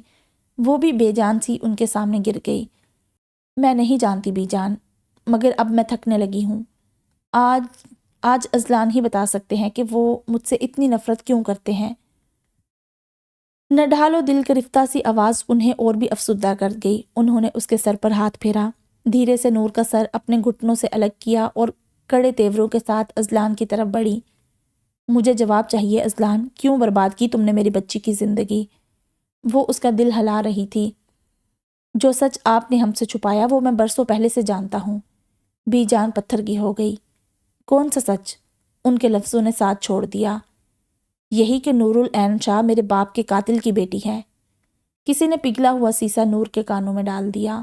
کوئی دھماکہ ہوا تھا جس میں اس کا پورا وجود جھلس گیا۔ اس کا باپ میرے باپ کا قاتل۔ خاموش! ایک زناٹے دار تھپڑ اذلان کے لفظوں کو کاٹ گیا۔ اس سے آگے ایک لفظ بھی تم نے کہا تو مجھ سے برا کوئی نہ ہوگا۔ انہیں اسے تھپڑ مارنے پر ذرا بھی افسوس نہ ہوا۔ اس سچائی کو میں نے تم سے اس لیے چھپایا تاکہ تم عزت سے جی سکو، مگر تم نے اس کو میری بچی کے لیے ہی ذلت کی وجہ بنا دیا۔ وہ سفید پڑتی نور کو دکھ سے دیکھ کر بولی، صرف یہی قصور ہے اس کا کہ یہ تمہارے باپ کے قاتل کی بیٹی ہے، مگر اصل حقیقت اب میں تمہیں بتاؤں گی۔ وہ غصے سے پھنکارتی، کہیں سے بھی شفیق سی بی جان نہیں لگ رہی تھی۔ شکر ہے مولانا صاحب شام میں ہی مل گئے، ورنہ کل صبح واپسی ہوتی۔ حویلی میں داخل ہوتے ہوئے بی جان اطمینان سے بولی۔ وہ اور رقیہ اذلان اور نور العین کو دم کرانے قریبی گاؤں گئے تھے۔ واپسی میں پہنچتے پہنچتے انہیں رات کے 12 بج گئے۔ 3 ماہ کی نور بی جان کی گود میں تھی، جبکہ 5 سالہ اذلان کو رقیہ نے گود میں اٹھا رکھا تھا۔ بی جان نور کو مریم کو دینے کے لیے عالم اور مریم کے کمرے کی طرف بڑھ گئی اور رقیہ اپنے کمرے کی طرف۔ سکندر شاہ اپنے کمرے میں نہیں تھے۔ ابھی انہوں نے سوتے ہوئے اذلان کو لٹایا ہی تھا جب بی جان کی چیخ نے ان کو حواس باختہ کر دیا۔ وہ دوڑ کر وہاں پہنچی۔ سامنے کے منظر نے ان کے ہوش اڑا دیے تھے۔ بیڈ پر موجود مریم کا بے جان وجود اور نیچے کارپٹ پر پڑے سکندر شاہ کی خون ملطپت لاش کے ساتھ ہاتھ میں خنجر لیے عالم شاہ نے زمین آسمان ان کی نظروں کے سامنے گھما دیے۔ عالم شاہ تو شکار پر گئے تھے اور انہیں 2 دن بعد لوٹنا تھا، وہ یہاں؟ عالم تم نے؟ بی جان کے لب کپ کپائے۔ یہ میرا بھائی نہیں تھا ماں، یہ وہ آستین کا سانپ تھا جسے ہم دیکھ ہی نہ پائے۔ میری بیوی میرے ہوتے ہوئے بھی اس غلیظ انسان سے ڈرتی رہی، اس کی بری نیت کو چھپاتی رہی، صرف اس حویلی کی عزت کی خاطر، اور آج اس نے اس عزت کے لیے اپنی جان دے دی۔ ان کے لفظوں میں آنسوں کی آمیزش تھی۔ مرنے سے پہلے اس نے مجھ سے آخری خواہش کی تھی کہ میں اس کے قاتل کو معاف کر دوں۔ وہ دونوں ساکت کھڑی تھی۔ اور میں نے کر دیا ماں، معاف کر دیا، مگر مرنے کے بعد تاکہ میرا خدا بھی اسے معاف کر دے۔ وہ اب اور شدت سے رونے لگے تھے۔ بھابھی، انہوں نے رقیہ کو پکارا، آپ بھی مجھے معاف کر دینا۔ وہ رقیہ کے قدموں میں بیٹھے مگر ان کے جامد وجود میں کوئی حرکت نہ ہوئی۔ آپ دونوں مجھے معاف کر دینا۔ وہ وہیں ماں کو دیکھنے لگے۔ خنجر ابھی تک ان کے ہاتھ میں تھا، خون سے بھرا ہوا۔ مومنہ بیگم کی پلکوں میں ارتعاش ہوا مگر کچھ لمحوں کی تاخیر ہو گئی۔ عالم نے خون میں ڈوبا خنجر اپنے سینے میں اتار لیا۔ اب کی بار بی جان کے ساتھ ساتھ رقیہ کی چیخوں سے پوری حویلی گونجنے لگی۔ عالم، وہ ہسٹریائی انداز میں چلائے جا رہی تھی۔ ہم نہیں جانتے کہ اصغری نے ہر آنے والے کو کیا بتایا۔ رقیہ کو تو پورے 3 دن بعد ہوش آیا تھا، اور میں ہوش میں ہوتے ہوئے بھی بے ہوش تھی۔ ماضی ایک فلم کی طرح ان کی نظروں کے سامنے چل رہا تھا۔ گناہ کیا تمہارے باپ نے، مگر اس کی سزا عالم اور مریم کو ملی، اور تم نے اپنی ناقص آگاہی کی بنیاد پر اس کے ساتھ وہ کیا جس کے حقدار نہ تو اس کے ماں باپ تھے اور نہ یہ۔ انہوں نے اذلان کو جتایا۔ کاش زمین پھٹے اور وہ اس میں سما جائے، یا آسمان اسے نگل لے، مگر اسے نور العین شاہ کی نظروں کا سامنا نہ کرنا پڑے۔ مگر وہ اس کی طرف دیکھ ہی کب رہی تھی، وہ تو گمسم سی اپنے ہاتھوں کی طرف دیکھ رہی تھی۔ میں نے تم دونوں کو ہمیشہ محبت سکھائی، مگر یہ نفرت کا بیج تمہارے اندر کہاں سے آ گیا؟ انہوں نے منہ پھیر لیا۔ وہ دکھی تھی، ان کا درد حد سے سوا تھا۔ تم نے میری تربیت کو مٹی میں ملا دیا، میری پرورش، میری محبت سب کو رول دیا، مجھے اس کے سامنے سر اٹھانے کے قابل بھی نہ چھوڑا۔ انہوں نے نور کے سر پر ہاتھ رکھا۔ نور کو تمہیں اسی لیے سونپا تھا نا میں نے، کہ تم سے زیادہ مجھے کسی پر اعتماد نہیں تھا، اور تم ہی نے میرے اعتماد کا خون کر دیا اذلان۔ وہ نڈھال ہو گئی۔ وہ ان دونوں کا گناہ گار تھا۔ وہ ایک ایسا مسافر تھا جس نے دوران سفر کوئی بھی ایسی نشانی نہ چھوڑی تھی جس پر چل کر وہ واپس لوٹ سکتا، کوئی ایسی یاد، کوئی لمحہ جو اس کی نور سے محبت کا ثبوت دیتا۔ نفرت کی اس جنگ میں سب سے زیادہ خسارہ تو اسی کے ہاتھ میں آیا تھا جو سر جھکائے ابھی تک اپنے ہاتھوں کی لکیروں کو گھورے جا رہی تھی۔ نور، بی جان نے اسے پکارا، مگر اس نے جواب نہ دیا۔ اذلان نے کرب سے آنکھیں میچ لی۔ وہ اس کا گناہ گار تھا، اس کی اس حالت کا ذمہ دار تھا، پھر بھی اس کی نفرت برداشت کرنے کا حوصلہ نہ رکھتا تھا۔ پہلے ہی اپنے دل میں اس کے وجود سے نفرت جگانے کے لیے محبت کے طوفانوں سے ٹکرایا تھا، اور اب جب نفرت کا بیج تلف ہوا تو سارے طوفان یک لخت اس کے دل کی سرزمین پر کود پڑے تھے۔ نور بچے، بی جان تڑپ کر اٹھی۔ وہ دیوانوں کی طرح اپنے ہاتھوں کو تکے جا رہی تھی، نظریں ایک ہاتھ سے دوسرے ہاتھ، پھر پہلے کی طرف گھوم رہی تھی۔ نور، بی جان نے اسے جھنجھوڑ دیا۔ سوچ کے ویرانوں سے حقیقت کی دنیا کا سفر بہت کٹھن تھا۔ اس نے مڑ کر اذلان کی طرف دیکھا۔ بہت سنبھل کر کھڑے ہونے کے باوجود بھی اس کے قدم لڑکھڑا رہے تھے۔ وہ چلتی ہوئی بالکل اس کے سامنے آ کھڑی ہوئی۔ کیا کچھ نہ تھا ان آنکھوں میں، دکھ، تکلیف، برداشت کی حدوں کو چھوتا کرب۔ مجھے میری کسی کوتاہی کی سزا دی ہوتی، میرا کوئی عمل میرے گناہ میں شامل ہوتا تو آج میں اپنی غلطی، ہر عمل کے لیے آپ کے سامنے گڑ گڑا کر معافی مانگتی۔ اس نے اذلان کا گریبان اپنے ہاتھوں میں تھام لیا۔ پہلی بار وہ اس کے اتنا قریب آئی تھی، مگر ہر احساس، ہر جذبے سے عاری ہو کر۔ میری کوئی لغزش میری سزا کا باعث ہوتی، پھر بھی آپ حق پر ہوتے۔ لیکن اگر قصور میرے باپ نے کیا بھی تھا تو اس کی سزا آپ مجھے کیسے دے سکتے ہیں؟ میری زندگی کیسے برباد کر سکتے ہیں؟ ایک جھٹکے سے اس نے اذلان کا گریبان چھوڑا۔ نور، میری بات، وہ گڑ گڑایا، بہت نفرت ہے نا آپ کو مجھ سے؟ نور، تم اتنی نفرت کہ میری شکل بھی دیکھنا گوارا نہیں ہے؟ اس نے ادھر ادھر نگاہیں دوڑائی جیسے کچھ ڈھونڈ رہی ہو۔ ایک ہی جست میں اس نے سائڈ ٹیبل پر رکھی فروٹ باسکٹ سے چھری اٹھا لی۔ سب اتنا آنن فانن ہوا کہ وہ دونوں کچھ نہ کر سکے۔ نور بچے، بی جان جیسے ہوش میں آئی، وہ بھی اس کی طرف بڑھا۔ خبردار، میرے پاس مت آئیے گا، اس نے وارننگ دی اور چھری اپنی کلائی پر رکھ دی۔ نور پلیز ایسا مت کرنا، وہ چیخا، مگر اسے کوئی بھی آواز سنائی نہ دے رہی تھی، بس ایک گونج تھی، اس کا باپ میرے باپ کا قاتل۔ ہلکی سی سسکی اس کے منہ سے نکلی، اس نے کلائی پر چھری پھیر لی۔ ہسپتال میں اس نے 8 دن کس طرح گزارے تھے یہ وہی جانتا تھا۔ بی جان نے اسے بس اتنا کہا تھا، اگر میری بچی اپنے پاؤں پر چل کر میرے پاس نہ آئی تو میرا مرا ہوا منہ دیکھو گے۔ جب اسے نور کے ہوش میں آنے کی خبر ملی تو سب سے پہلے اس نے بی جان کو ہی بتایا تھا۔ انہوں نے محض میں جواب دے کر فون کاٹ دیا تھا۔ وہ ایک بار ٹھیک ہو جائے، وہ اس کے سارے گلے شکوے دھو دے گا، سارے شکووں کو مٹا دے گا۔ جتنی محبت وہ اس سے کرتی ہے اس سے کہیں زیادہ وہ اسے محبت دے گا، اس کی زندگی کو خوشیوں سے بھر دے گا۔ کتنی پلاننگ کی تھی اس نے، مگر نور کا فیصلہ اس کی کوتاہیاں سود سمیت اسے لوٹا گیا۔ پورا 1 مہینہ وہ حویلی نہ گیا تھا، مگر زمینوں کے مسائل، فصلوں کے ٹھیکے، حویلی کا سارا نظام، وہ کب تک وہاں نہ جاتا؟ بی جان نے خود اسے فون کر کے بلایا تھا۔ پورا دن گزرنے کے بعد بھی وہ اسے کہیں نظر نہیں آئی۔ بلاخر کھانے کی ٹیبل پر اس نے پوچھ ہی لیا، نور کہاں ہے بی جان؟ وہ شہر والے گھر چلی گئی ہے، بلکہ میں نے ہی بھیجا ہے۔ جب وہ تمہارے ساتھ رہنا ہی نہیں چاہتی تو اب میں بھی زبردستی نہیں کروں گی۔ وہ پریشان ہو گیا، مگر وہ وہاں اکیلے؟ اصغری کو ساتھ بھیج دیا ہے میں نے۔ پہلے بھی پڑھائی کے لیے اکیلی ہی رہتی تھی، اب کیا پریشانی ہے؟ مالی ہے، ڈرائیور ہے، گارڈ ہے، بس ایک کل وقتی ملازمہ کی ضرورت ہے۔ اگر بھجوا سکتے ہو تو بھجوا دینا کسی کو، تاکہ عسکری واپس آ جائے۔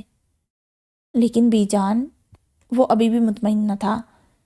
وہ پلیٹ ایک طرف کر کے اٹھ گیا، پھر سمیہ کو اسی نے وہاں بھجوایا۔ زندگی ایسے دوراہے پر آ گئی تھی جہاں ہر طرف دھول ہی دھول تھی۔ کون سی راہ اسے اس کی منزل پر پہنچائے گی کچھ نظر نہ آتا تھا۔ وہ تھکنے لگتا، مگر محبت پھر سے اس میں نئی توانائیاں بھر دیتی۔ وہ نئی امید کے ساتھ پھر اسے فون کرتا۔ اس کا رویہ بھی اسے مایوس نہ کرتا۔ وہ کیا کرتی ہے، کہاں جاتی ہے، پل پل کی خبر اذلان کو ہوتی، مگر وہ موم کی گڑیا اب پتھر کی سل بن چکی تھی۔ اب آپ کچھ نہیں بولیں گی، وہ غصے سے بولی، اور یہ ابلی پھیکی غذائیں کھاؤں گی؟ وہ نروٹھے پن سے بولی۔ ابلی پھیکی غذائیں؟ اس کی آنکھیں پھٹی۔ یہ جن کو آپ ابلی پھیکی غذائیں کہہ رہی ہیں، پورے 2.5 گھنٹے میں بنائی ہیں میں نے، وہ مصنوعی غصے سے بولی۔ اس سے بہتر تھا تم مجھے آدھے گھنٹے میں چکن مسالہ بنا دیتی۔ آپ میری نرمی کا ناجائز فائدہ اٹھا رہی ہیں۔ کھاتی ہیں آپ یا بلاؤں آپ کے ہٹلر پوتے کو؟ اس نے دھمکی دی۔ جانتی تھی بی جان کے کھانے پینے کے معاملے میں وہ اس سے بھی زیادہ محتاط تھا۔ اچھا، وہی ہٹلر پوتے جو آپ کے شوہر نامدار بھی ہیں؟ وہ شریر ہوئی اور چمچہ اٹھا لیا۔ ویسے پلان کامیاب رہا ہے، وہ فخر سے کہنے لگی۔ دیکھو نا کیسے سیدھا ہو گیا ہے، میرا پوتا ہے، میں جانتی ہوں اسے۔ وہ ہنس پڑی۔ ایسے ہی تم نے اسے معاف کر دینا تھا تو وہ تمہیں فار گرانٹڈ لیتا۔ وہ تائیدی انداز میں سر ہلانے لگی۔ آپ کی میڈیسن کا ٹائم ہو گیا ہے۔ اذلان بی جان کے پاؤں دبا رہا تھا جب وہ ان کی دعاؤں کا الارم لے کر پہنچ گئی۔ تم بھی نا بالکل نہیں بھولتی ہو، انہوں نے منہ بنایا۔ دوائیاں کھا کھا کر وہ تنگ آ چکی تھی۔ اذلان ابھی بھی ان کے پاؤں دبا رہا تھا، بالکل خاموش۔ وہ دوا کھلا کر کمرے سے چلی گئی۔ بس بچے، انہوں نے پاؤں سائڈ پر کر لیے۔ اذلان نے اٹھ کر ان کا کمبل درست کیا۔ میرا اذلان اتنا خاموش تو نہیں تھا۔ انہوں نے اس کے ہاتھ مضبوطی سے تھام لیے۔ آپ کا اذلان اتنا برا بھی تو نہیں تھا، وہ جبراً مسکرایا۔ کس نے کہا کہ تم برے ہو؟ وہ پوچھنے لگی، مگر وہ ان کی گود میں سر رکھ کر لیٹ گیا۔ بی جان، وہ مجھے معاف نہیں کرتی، وہ مجھ سے نفرت کرتی ہے، اور میں… اس کی نظریں دھندلا گئی۔ میں ان آنکھوں میں اپنے لیے نفرت نہیں دیکھ سکتا، اس لیے اس کی طرف دیکھتے بھی نہیں ہو۔ آج کافی دنوں بعد وہ دونوں یوں بات کر رہے تھے۔ اذلان نے سر جھکا لیا۔ اس سے کہتے کیوں نہیں ہو؟ اس قابل ہوں کہ اس سے کچھ کہہ سکوں، وہ مبہم سا ہنسا۔ میں بات کروں نور سے؟ انہوں نے استفسار کیا۔ نہیں، بالکل نہیں، میں اسے فورس نہیں کرنا چاہتا، اس نے فوراً نفی میں سر ہلایا۔ ایسا کب تک چلے گا؟ میں تم دونوں کو خوش دیکھنا چاہتی ہوں اذلان، اور وہ بھی ایک ساتھ، وہ مسکرائی۔ میں نے بہت مشکل سے تم سے زیادہ خدمت گزار بہو ڈھونڈی ہے نالائق، مجھے میری ہستی مسکراتی بہو واپس چاہیے۔ وہ شریر ہوئی، اب کی بار وہ کھل کر مسکرایا۔ کمرے کے در و دیوار بالکل اسی کی طرح تھے، خاموش، پر اسرار مگر شاندار۔ جب کبھی وہ حویلی سے باہر ہوتا وہ اس کے کمرے میں ضرور آتی تھی، ورنہ واپس آنے کے بعد وہ پہلے کی طرح اپنے کمرے میں شفٹ ہو گئی تھی۔ اس کی غیر موجودگی میں وہ بڑے حق سے اس کے کمرے میں موجود ہوتی تھی۔ کمرے کی ایک ایک چیز اسے اپنی محسوس ہوتی تھی، بس ایک اس کا مالک ہی اپنا نہ تھا۔ ابھی بھی وہ کمرے کی ایک ایک چیز کو ہاتھ لگا کر محسوس کر رہی تھی۔ اس کی فل سائز تصویر جو بیڈ کے بالکل سامنے اویزاں تھی، اس کے سامنے آ کر وہ تھم گئی۔ وقت جیسے رک گیا، لمحے منجمد ہو گئے۔ اچانک اس کی تصویر دھندلا گئی۔ اس نے بے ساختہ اپنے منہ پر ہاتھ پھیرا، پوری طرح نم ہو چکا تھا۔ دائیں ہاتھ کی پشت سے چہرہ پونچھتی وہ دھیرے سے مسکرا دی۔ اب تو آپ کی تصویر بھی رلانے لگی ہے، اس نے شکوہ کیا، مگر جواب دینے والا کوئی نہ تھا۔ باہر ہوا تیز ہو گئی تھی، شاید بارش ہونے والی تھی۔ بادل بہت زور سے گرجے، بالکنی کا دروازہ کھلا تھا۔ وہ بالکنی میں آ گئی۔ گرل کے اوپر دونوں بازو ٹکا کر وہ بالکل اذلان کی طرح کھڑی تھی، ایک بے اختیاری عمل۔ نور نے ہاتھ بڑھایا۔ بارش کی پھوار شروع ہو چکی تھی۔ ہوا سے بال ادھر ادھر بکھر گئے۔ ادھر ادھر ہوتی پھوار اس کے کپڑے بھی بھگونے لگی، مگر وہ اپنے حلیے سے بے خبر کھڑی وہیں بھیگ رہی تھی۔ اچانک کمرے کا دروازہ کھلنے اور پھر بند ہونے کی آواز نے اس کا دھیان کھینچا۔ وہ چونکی اور چھوٹے چھوٹے قدم اٹھاتی دروازے تک آئی۔ سامنے کا منظر اس کے 14 طبق روشن کرنے کو کافی تھا۔ اذلان اپنا والیٹ اور چابیاں سائڈ ٹیبل پر رکھ رہا تھا۔ پھر اس نے اپنا کوٹ اتار کر بیڈ پر پھینکا۔ وہ جلدی سے پیچھے ہٹ گئی۔ یا خدا، یہ آج کیسے آ گئے؟ انہیں تو پرسوں آنا تھا۔ وہ گھبرائی۔ باہر جانے کا ایک ہی راستہ تھا جہاں وہ موجود تھا۔ ایک بار پھر دروازہ کھلا۔ اس نے جھانکا، عسکری بوا اندر آ رہی تھی۔ بیٹا، کھانا نکلوا دوں؟ نہیں بوا جی، میں فریش ہو جاؤں، بس ایک کپ کافی بھجوا دیں۔ وہ تھکا تھکا سا کہہ رہا تھا۔ نور کی جان میں جان آئی۔ ابھی وہ فریش ہونے جائے گا تو وہ چپکے سے باہر نکل جائے گی۔ وہ سکون سے دوبارہ پیچھے ہٹ گئی، مگر عسکری بوا کے جاتے ہی اذلان نے سب سے پہلے بالکنی کا دروازہ مقفل کیا اور نہانے کے لیے چلا گیا۔ بند دروازہ اس کا منہ چڑھانے لگا۔ وہ نہا کر نکلا ہی تھا کہ بالکنی کے دروازے پر دستک ہوئی۔ اس کا پریشان ہونا فطری تھا۔ ایک جھٹکے سے اس نے دروازہ کھولا، مگر نور کو دیکھ کر حیران رہ گیا۔ تم یہاں کیسے؟ راستہ دیں۔ نور نے اس کی بات کاٹ دی۔ اسے حیران پریشان چھوڑ کر کمرے سے نکل گئی۔ وہ کبھی بالکنی کو دیکھتا، کبھی کمرے کے بند دروازے کو۔ موما اس کی سمجھ سے باہر تھا۔ نور؟ جی بی جان؟ ٹی وی کی آواز کم کرتی وہ ان کی طرف متوجہ ہوئی۔ بچے، وہ اذلان کے کمرے میں ایک کپ کافی بھجوا دو، صبح سے اس کی طبیعت خراب ہے۔ گھٹنوں پر زور ڈالتی وہ وہیں صوفے پر بیٹھ گئی۔ جی اچھا۔ پاؤں میں سلیپر ڈالتی وہ اٹھی۔ بلکہ ایسا کرو، خود ہی دے آؤ، دوا بھی پوچھ لینا۔ انہوں نے ریموٹ اٹھا کر ٹی وی بند کیا اور تسبیح کے دانے گرانے لگی۔ نور نے حیرت سے انہیں دیکھا۔ اس نے گھڑی دیکھی جو رات کے 11:30 بجا رہی تھی۔ وہ جتنا اس کا سامنا کرنے سے بچ رہی تھی اتنا ہی پھنسی تھی۔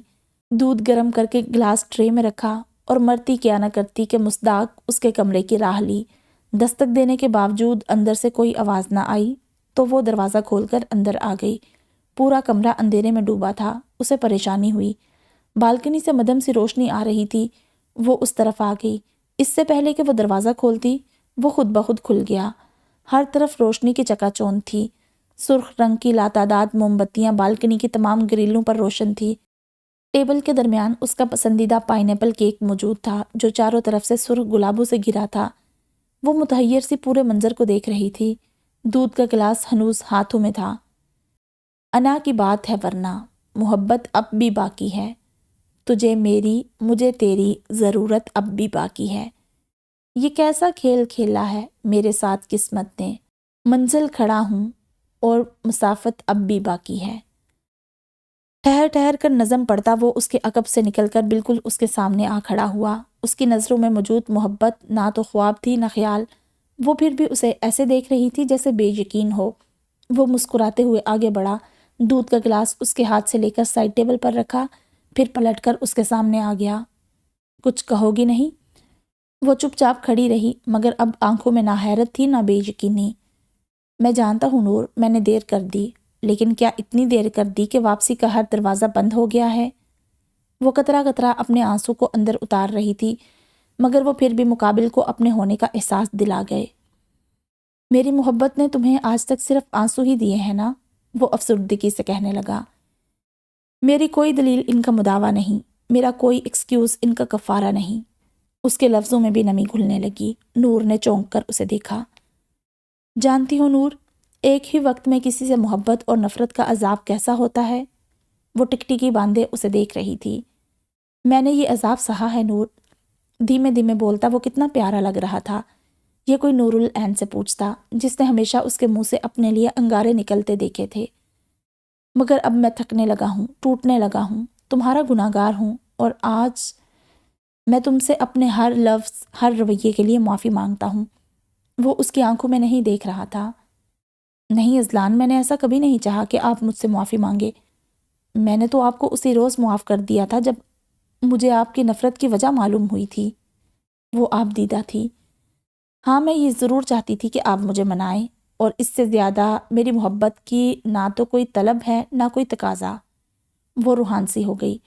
میرے لیے اتنا ہی بہت ہے کہ آپ مجھ سے محبت کرنے لگے ہیں۔ اس نے اذلان کا ہاتھ تھاما، جسے اذلان نے مضبوطی سے اپنے دونوں ہاتھوں میں لے لیا۔ میں تم سے اس وقت سے محبت کرتا ہوں نور، جب تم محبت کے ہجے بھی نہیں جانتی تھی۔ ہاں اعتراف اب کر رہا ہوں۔ وہ مسکرا دی۔ آنسوؤں کے درمیان معصوم سے مسکراتے چہرے پر اسے بے ساختہ پیار آیا۔ کیک کاٹیں۔ آج سے زیادہ خوشی کا دن بھی کوئی ہوگا؟ ہاں کل ہوگا۔ وہ مسکرائی۔ کل کیوں؟ کل میں اپنی برتھ ڈے پر آپ سے زندگی کا پہلا گفٹ لوں گی۔ وہ اترائی۔ آپ کا وہ کل شروع ہوئے پورے 9 منٹ ہو چکے ہیں اور یہ رہا آپ کا گفٹ۔ اس کی مسکراہٹ گہری ہو گئی۔ نور نے حیرت سے اسے دیکھا۔ آپ کو میرا برتھ ڈے یاد تھا؟ یاد بھی تھا اور اس کا انتظار بھی تھا، ورنہ آپ کو منانے کا معاملہ اس دن بھی سر انجام دیا جا سکتا تھا جب آپ بڑے مشکوک انداز میں یہاں پائی گئی تھی۔ اس نے یہاں پر خاصا زور دیا۔ نور نے سٹ پٹا کر نظریں گھمائی۔ پہلے کیک کاٹیں؟ وہ پوچھنے لگا۔ پھر میں آپ سے یہ پوچھوں گا کہ آپ اس رات یہاں کیا کر رہی تھی؟ وہ مسکرا رہا تھا۔ اس کا روپ نور کے لیے نیا اور انوکھا تھا۔ جب آپ کی طبیعت خراب تھی تو یہ سب کرنے کی کیا ضرورت تھی؟ وہ فکر مند ہوئی۔ میری طبیعت خراب تھی؟ وہ الٹا اسی سے پوچھنے لگا۔ ہاں وہ بی جان نے وہ چونکی۔ اذلان کی گہری ہوتی مسکراہٹ اس کو بہت کچھ سمجھا رہی تھی۔ اتنے عرصے سے وہ آپ کا ساتھ دے رہی تھی، اگر آج تھوڑا سا میرا دے دیا تو کیا ہوا؟ وہ ذرا سا بھی شرمندہ نہ تھا۔ یعنی آپ دونوں نے مل کر مجھے بیوقوف بنایا؟ اسے صدمہ ہوا۔ سوری، مگر ہمیں زیادہ محنت نہیں کرنا پڑی۔ وہ چڑھانے لگا۔ مطلب بی جان نے پارٹی بدل لی؟ وہ شاکڈ تھی۔ نہیں، 2 پارٹیوں کے بیچ ثالث بن گئی، اس نے سمجھایا۔ منائے ذرا اب آپ مجھے، مانتی ہوں میں۔ روٹھی روٹھی سی نور کا یہ روپ بھی اسے آج ہی دیکھنے کو ملا تھا۔ دل تو چاہ رہا تھا کہ اسے اور ستائے، لیکن اوکے سیز فائر۔ کیک کاٹیں؟ اس نے کندھے اچکائے مگر یکدم اس کا ہاتھ پکڑ کر کھینچا۔ وہ اس اچانک افتاد کے لیے تیار نہ تھی، سو اسی پر آ رہی۔ اذلان نے اسے شانوں سے پکڑ کر اس کا رخ کیک کی طرف کیا اور اس کا ہاتھ پکڑ کر کیک پر چھری چلائی۔ Happy birth day Mrs Noor Ulain شاہ۔ اس کے کان کے قریب سرگوشی کرتا وہ اس کی دھڑکنیں بڑھا گیا۔ دل میں لگتا تھا طوفان مچا ہو، ساری روح بس ہاتھ میں سمٹ کر آ گئی ہو، مگر ہر شور پر بھاری بس ایک آواز تھی، ہر طوفان پر حاوی بس ایک گونج تھی۔ Happy birthday to you Mrs Noor Ulain Shah. رشتوں کی خوبصورتی ان کو بنانے میں نہیں بلکہ ان کو نبھانے میں ہے، اور رشتوں کو نبھانے کے لیے محبت سے زیادہ مؤثر اور پائیدار ہتھیار کوئی اور ہو ہی نہیں سکتا۔ جی بالکل۔ تو یہ تھا ہمارا ناول دل ہے کہ مانتا نہیں، از قلم مہوش مغل۔ شارٹ سی سویٹ سی سٹوری تھی، اچھی تھی۔ بس یہ کہ اچانک سے جیسے وہ اس کو منا رہا تھا تو اس نے فوراً سے ہاں بھئی، مطلب ٹھیک تھا، اکثر جو ہیرو ہیروئنس ہیں وہ اسی طرح مانتے ہیں اور اکثر کا سیم ہی طرح کا سین ہوتا ہے، بٹ اس میں جب وہ اس کو منا رہا تھا تو اس نے فوراً اس کے ہاتھ پکڑ لیے کہ نہ معافی نہیں مانگے، میں نہیں چاہتی کہ آپ مجھ سے معافی مانگے۔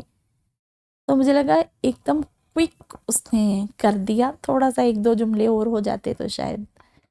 اینی ویز بہت اچھا ناول تھا۔ آپ کو کیسا لگا مجھے لازمی بتائیے گا۔ جلد ہی ملیں گے ایسے ہی کسی اور شارٹ ناول کے ساتھ، تب تک آپ اپنا بہت سارا خیال رکھیں۔ اللہ حافظ۔